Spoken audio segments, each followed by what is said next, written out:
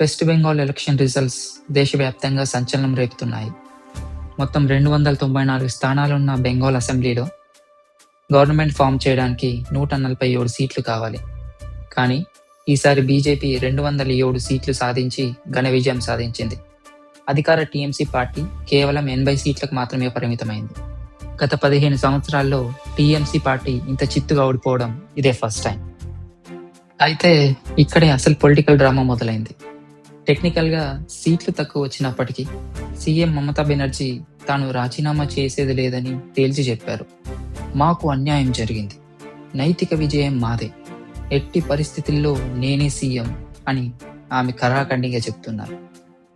Mamata Banerjee election commission పై తీవ్ర ఆరోపణలు చేస్తున్నారు.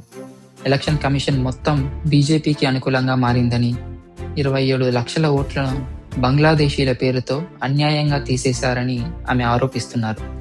కనీసం అప్పీల్ చేసుకునే సమయం కూడా ఇవ్వలేదని, అంతేకాక తాను లోపల ఓటు వేయడానికి వెళ్ళినప్పుడు తనపై దాడి జరిగిందని కూడా ఆమె సంచలన వ్యాఖ్యలు చేస్తున్నారు.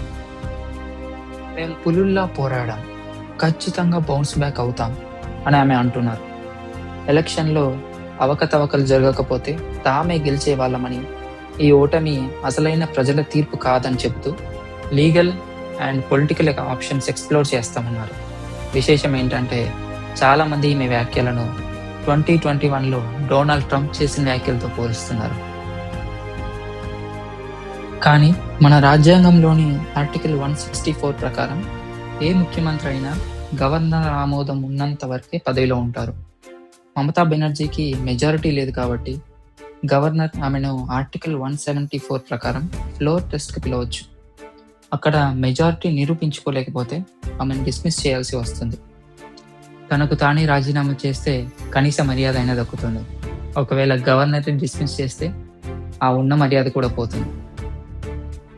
ఒకవేళ మమతా బెనర్జీ డిస్మిస్ అయితే తను మళ్ళీ కోర్టుకు వెళ్ళి అప్పీల్ చేసుకునే అవకాశం కూడా ఉంది.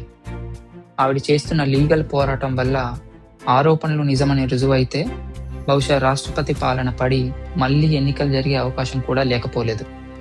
కానీ ఫైనల్గా ఎవరైతే మెజారిటీ నిరూపించుకుంటారో వాళ్ళే గవర్నమెంట్ని ఫామ్ చేస్తారు. ఇలాంటి న్యూస్ అప్డేట్స్ కోసం please subscribe to my channel.